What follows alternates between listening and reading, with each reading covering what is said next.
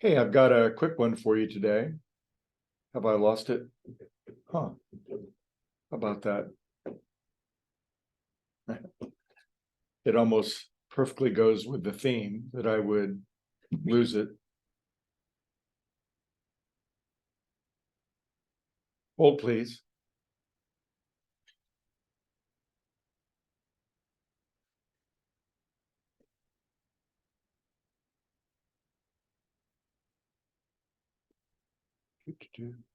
Ah, how rude of me to just let you sit there. But you can watch the cat in the background. That's pretty good.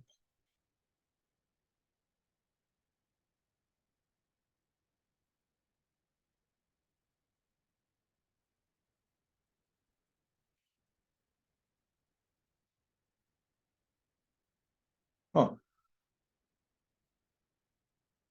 Well, screw it.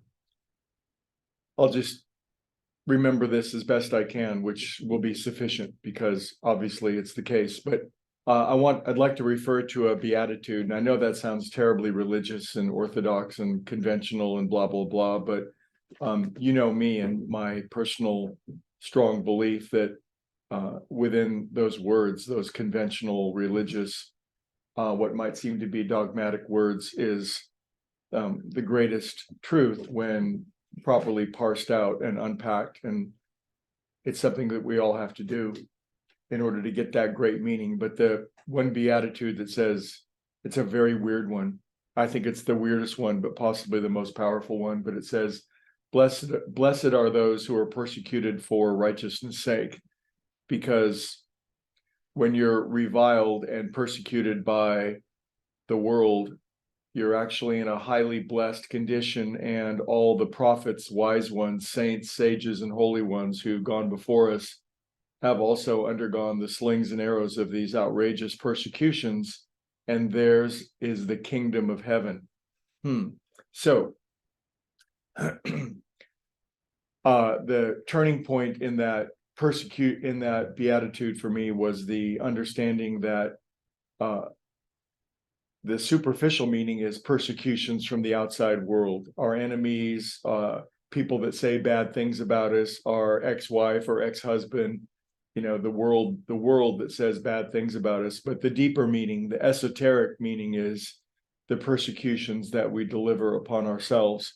And I don't know if you can relate to this, but I'll ask you the question.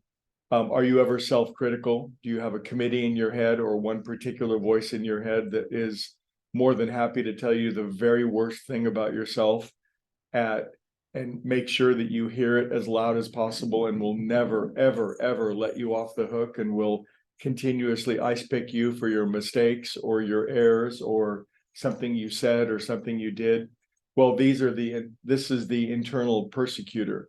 Now, infinite wisdom in this beatitude says that when you're under the assault of your internal persecutor, you're in a blessed state. How could this possibly be the case?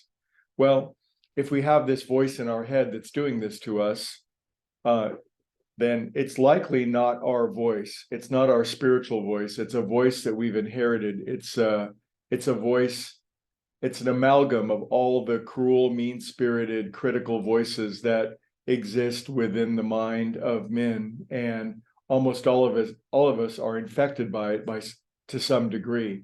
So when we're going through those persecutions, that battle is being fought once and for all, and it needs to be fought.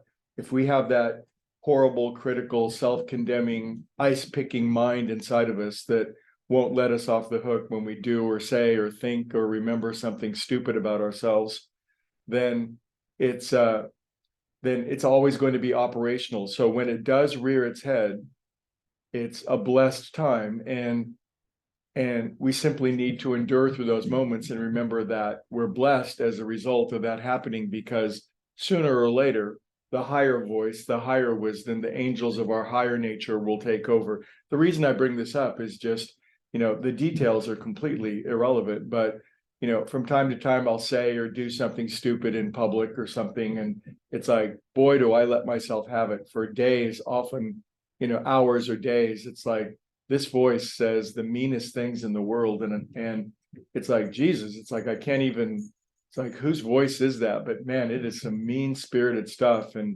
But I just always remember this beautiful beatitude that says, when I'm going through that, then the monster is revealed and then light can be poured on it. So anyway, I get great comfort from that. And I just want to remind my friends of that if you have that self-critical, mean-spirited, ice-picking voice inside of you that's more than happy to tell you the very worst about yourself in an endless cacophonous echo of misery, that was really well described, that you're blessed in those moments. And as long as when you are in those moments, you always might think, I'm blessed right now, I am favored, and great good comes from this, and this too shall pass, and this pain will be transmuted into beauty, then all will be well. All righty, we'll talk about it more during the week. See you.